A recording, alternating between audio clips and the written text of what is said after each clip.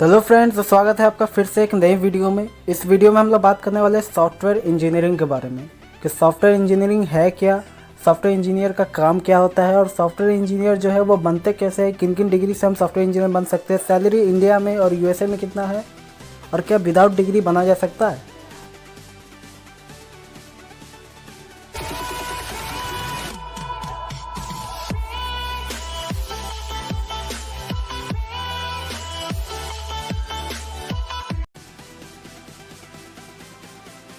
तो सबसे पहले हम लोग बात करते हैं काम के बारे में कि सॉफ्टवेयर इंजीनियर का काम क्या होता है। तो सॉफ्टवेयर इंजीनियर वो आदमी होता है जो सॉफ्टवेयर इंजीनियर के प्रिंसिपल का इस्तेमाल करके किसी भी सॉफ्टवेयर को डेवलप करता है, उसको टेस्ट करता है, उसको मेंटेन करता है, उसे सॉफ्टवेयर इंजीनियर कहते हैं। सॉफ्टवेयर इंजीनियरिंग जो है कंप्यूटर साइंस का ही एक ब्रांच है। अब बात करें कि सॉफ्टवेयर होता किस तरह का है, तो ये सॉफ्टवेयर आपने कई बार सुना भी होगा। जैसे कि अगर हम सॉफ्टवेयर की बात करें तो एक सॉफ्टवेयर इंजीनियर जो है वो Android, iOS, Linux, Microsoft Windows इन सबको बनाने का काम एक सॉफ्टवेयर इंजीनियर का ही होता है। यूज़र्स इंटरफेस यानी कि UI, जैसे MI UI, रियलमी UI या फिर सैमसंग का वन UI, इन सबको बनाने का काम भी एक सॉफ्टवेयर इंजीनियर का होता है। उसके अलावा जो बड़े बड़े गेम्स है या छोटे गेम्स भी हो, जैसे PUBG हो गया, फ्री फायर हो गया, इन सबको बनाने का काम भी एक सॉफ्टवेयर इंजीनियर ही करता है।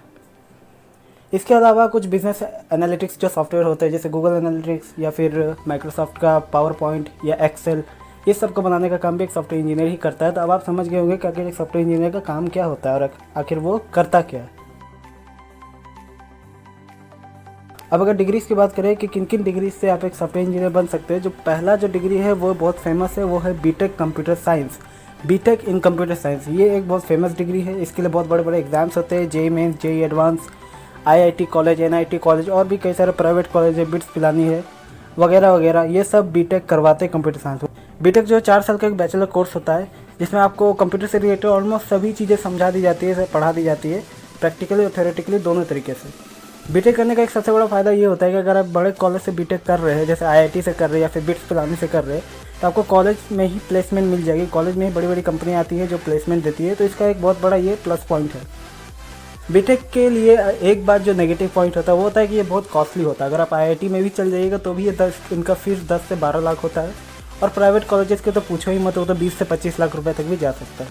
अब बीटेक के लिए एक रिक्वायरमेंट होती है कि आपका 12th में PCM होना चाहिए, यानी कि फिजिक्स, केमिस्ट्री और मैथ तीनों होना चाहिए अच्छे मार्क्स के साथ, तभी आप बीटेक कर सकते हैं। तो यहाँ पे प्रॉब्लम आती है दो तरह के स्टूडेंट का। वैसे स्टूडेंट जो फाइनेंशियली कमज़ोर है, जो बीटेक का खर्चा नहीं उठा पाते हैं, और वैसे स्टूडेंट जो आर्ट्स कॉमर्स से अपने पढ़ाई करते हैं लेकिन बाद में उन्हें पता चलता है कि उनका जो इंटरेस्ट है वो साइंस में है, वो कंप्यूटर में है, वो सॉफ्टवेयर में है। तो ऐसे स्टूडेंट का दूसरा तरीका है कि वो BCA कर सकते हैं। BCA क्या होता है? तो BCA का पूरा नाम जो है वो बैचलर इन कंप्यूटर एप्लीकेशन होता है। ये 3 साल का एक बैचलर कोर्स है। BCA का ज़्यादातर फोकस सॉफ्टवेयर में होता है। तो अगर आप एक सॉफ्टवेयर इंजीनियर बनना चाहते हैं तो BCA एक अच्छा ऑप्शन हो सकता है, अगर आप बीटेक में नहीं जा पाए तो। लेकिन हाँ, BCA जो है वो अकेला काफ़ी नहीं होता है बीटेक की बराबरी करने के लिए। अगर आपको एक B Tech in computer science student को टक्कर देना है सॉफ्टवेयर इंजीनियरिंग के मामले में, आपको BCA के साथ MCA भी करना होगा। MCA जो है ये भी 3 साल का कोर्स होता है, कभी कभी ये 2 साल का भी होता है कुछ कंडीशन में। कुछ कॉलेजेस जो है वो MCA 2 साल का भी आपको करा सकते हैं। BCA की अच्छी बात यह है कि BCA को करने के लिए आपको किसी तरह की रिक्वायरमेंट नहीं होती है कि आपको 12th में आपके पास साइंस होना चाहिए। अगर आप एक आर्ट्स के स्टूडेंट हैं जिसमें 12th में आर्ट्स लिया था या फिर कॉमर्स लिया था, तब भी आप BCA प्रोग्राम में हिस्सा ले सकते हैं।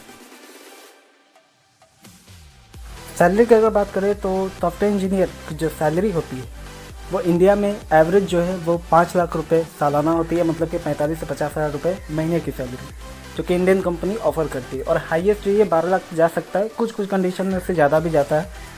USA की बात करें तो सॉफ्टवेयर इंजीनियर की सैलरी USA में जो एवरेज सैलरी है वो 60 लाख रुपए सालाना होती है, मतलब 6 लाख रुपये महीने की। और अगर हाईएस्ट की बात करें तो 1.2 करोड़ होता है, मतलब 12 लाख रुपये महीना। अब बात करते हैं एक सबसे ज़रूरी क्वेश्चन के बारे में। हम बिना किसी डिग्री के, मतलब BCA MCA ना करके, बीटेक भी ना करके, हम आर्ट्स का स्टूडेंट, हमने BA किया, हमने BCom किया है, अब उसके बाद हम सॉफ्टवेयर इंजीनियर बनना चाहते हैं गूगल में, माइक्रोसॉफ्ट में, अमेज़ॉन में, क्या हम बन सकते हैं? इसका जवाब सीधे सीधे हाँ है, लेकिन बहुत ही मुश्किल रास्ता होगा आपके लिए। हो सकता है एक बीटेक स्टूडेंट जहाँ अपने कॉलेज कंप्लीट करने के 1 साल बाद जॉब करता है, BCA प्लस MCA स्टूडेंट जो है वो इंटर कंप्लीट करने के 5 साल के कोर्स करने के बाद वो जॉब ले सकता है। लेकिन आपको हो सकता है कि आपको 10 साल भी लग जाए, आपको 8 साल भी लग जाए, ये सब डिपेंड करेगा आपके स्किल्स के ऊपर, आपके प्रैक्टिकल नॉलेज के ऊपर कि आपने कितना सीखा है और आप कंपनी के लिए क्या कर सकते हैं, आप कितने लेवल तक स्किल्ड है उस एक खास काम के लिए जिसके लिए आपको कंपनी रिक्रूट करेगी। ये जो कंपनी आपको चुनेगी तो वो सब आपके स्किल्स के बेसिस पे होगा कि आपने क्या सीखा है। तो आप जितने अच्छे से चीज़ों को सीख सके और जितने अच्छे से उसे दिखा सके वो ज़्यादा इम्पोर्टेंट होता है आपके लिए। तो आप कैसे बन सकते हैं सॉफ्टवेयर इंजीनियर बिना किसी डिग्री के, इस पर हम एक डेडिकेटेड वीडियो बनाएंगे। तो आज के लिए बस इतना ही, मिलते हैं नए वीडियो में। अगर आपको इस तरह के वीडियो पसंद है जिसमें सॉफ्टवेयर से रिलेटेड, कोडिंग से रिलेटेड बातें होती है, तो आप हमारे चैनल को सब्सक्राइब कर सकते हैं। हम सॉफ्टवेयर, कोडिंग, इंजीनियरिंग इन्हीं को लेकर के आपके सारे डाउट्स को दूर करते हैं। तो चैनल को सब्सक्राइब करके घंटे के बटन दबा सकते हैं ताकि आपको नोटिफिकेशन मिल जाए जब भी हम कोई वीडियो नया अपलोड करें। तो मिलते हैं आपके नए वीडियो में, तब तक के लिए बाय बाय।